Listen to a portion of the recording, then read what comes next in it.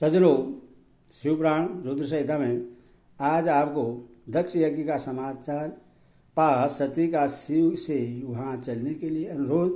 दक्ष के शिवद्रोह को जानकर भगवान शिव की आज्ञा से देवी सती का पिता के यज्ञ मंडप की ओर शिवगणों के साथ प्रस्थान।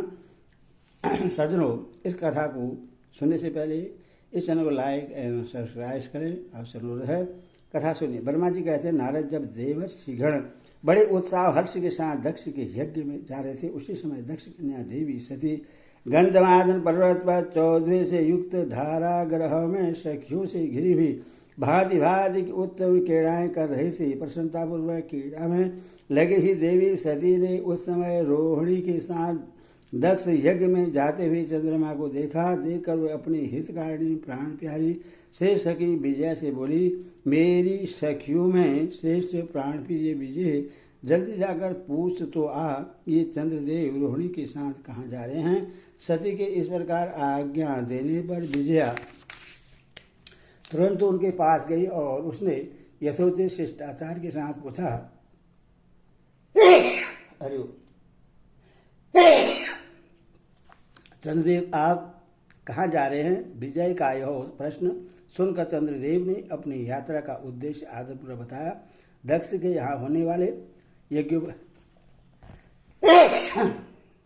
यज्ञोत्सव आदि का सारा वृत्तांत कहा। वह सब सुनकर विजया बड़ी उतावली के साथ देवी के पास आई और चंद्रमा ने जो कुछ कहा था वह सब उसने कहा सुनाया।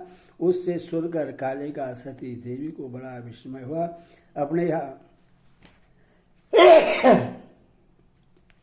सूचना ने मिलने का क्या कारण है, यह बहुत सोचने विचारने पर भी उनकी समझ में नहीं आया। तब उन्होंने पादर्श से घिरे अपने स्वामी भगवान शिव के पास आकर भगवान शंकर से पूछा। सती बोली, प्रभु, मैंने सुना है कि मेरे पिताजी के यहाँ कोई बहुत बड़ा यज्ञ हो रहा है, उसमें बहुत बड़ा उत्सव होगा। उससे सब देवर्षि एकत्रित हो रहे हैं। देव देवेश्वर, पिताजी के इस महान यज्ञ में चलने की रुचि आपको क्यों नहीं हो रही है। इस विषय में जो बात हो वह सब बतलाइए। महादेव, सुहृदयों का यह धर्म है कि वे सुहृदयों के साथ मिलें जुलें। यह मिलन उनकी महान प्रेम को बढ़ाने वाला होता है। अतः प्रभु मेरे स्वामी, आप मेरी प्रार्थना मानकर सर्वदा आप प्रयत्न करके मेरे साथ पिताजी की यज्ञशाला में आज ही चलिए।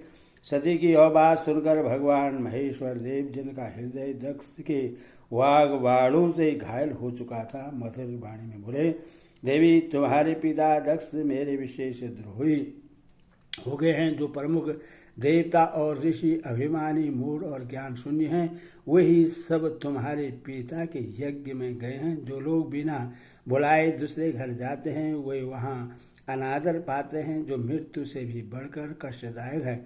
अतः प्रिय, तुमको और मुझको तो वो विशेष रूप से दक्ष के यज्ञ में नहीं जाना चाहिए, क्योंकि वहाँ हमें बुलाया नहीं गया है।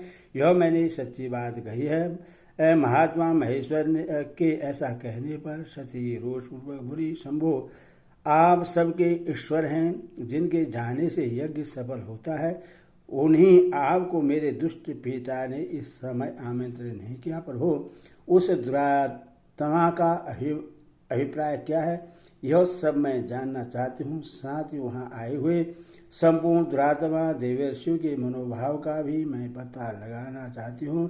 अतः प्रभु, मैं आज ही पिता के यज्ञ में जाती हूँ। नाथ महेश्वर, आप मुझे वहाँ जाने की आज्ञा दे दें। देवी सती के ऐसा कहने पर सर्वज्ञ, सर्वदृष्टा, सृष्टिकर्ता एवं कल्याण स्वरूप साक्षात भगवान रुद्र उनसे इस प्रकार बोले। शिव ने कहा, उत्तम व्रत का पालन करने वाली देवी, यदि इस प्रकार तुम्हारी रुचि यहाँ वहाँ अवश्य जाने के लिए हो गई है, तो मेरी आज्ञा से तुम शीघ्र ही अपने पिता के यज्ञ में जाओ। यह नंदी वृक्ष सुसज्जित हैं। तुम एक महारानी के अनुरूप राजोपचार साधक ईश्वर सवार हो, बहुसंख्य प्रथम गणों को साथ यात्रा करो। प्रिय, इस विभूषित वृक्ष पर आरूढ़ हो। रुद्र के इस प्रकार आदेश देने पर सुंदर और आभूषण से अलंकृत सती देवी सब साधनों से युक्त हो पिता के घर की ओर चली।